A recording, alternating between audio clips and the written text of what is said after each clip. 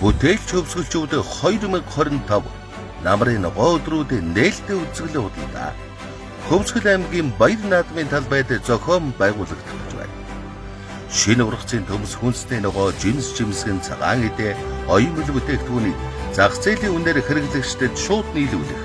орон нутгийн түүхийд нөөц биелгээ ашиглан үйлдвэрлэж байгаа брэнд бүтээгдэхүүнийг илрүүлэх,